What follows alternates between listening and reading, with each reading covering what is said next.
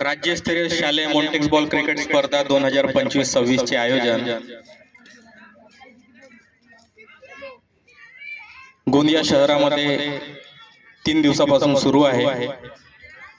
इथं संघटनेच्या वतीने सब ज्युनियर, कॅडेट, ज्युनियर आणि सिनियर या चारही वयोगटाचे राज्य स्पर्धा सुरू आहेत। काल झालेल्या 19 वर्षाखालील वयोगटात मुलांमध्ये ज्यांनी पदक प्राप्त केलेले आहे त्या संघांना पदक देऊन त्यांना सन्मानित करण्यात येत आहे। त्याआधी मंचावर उपस्थित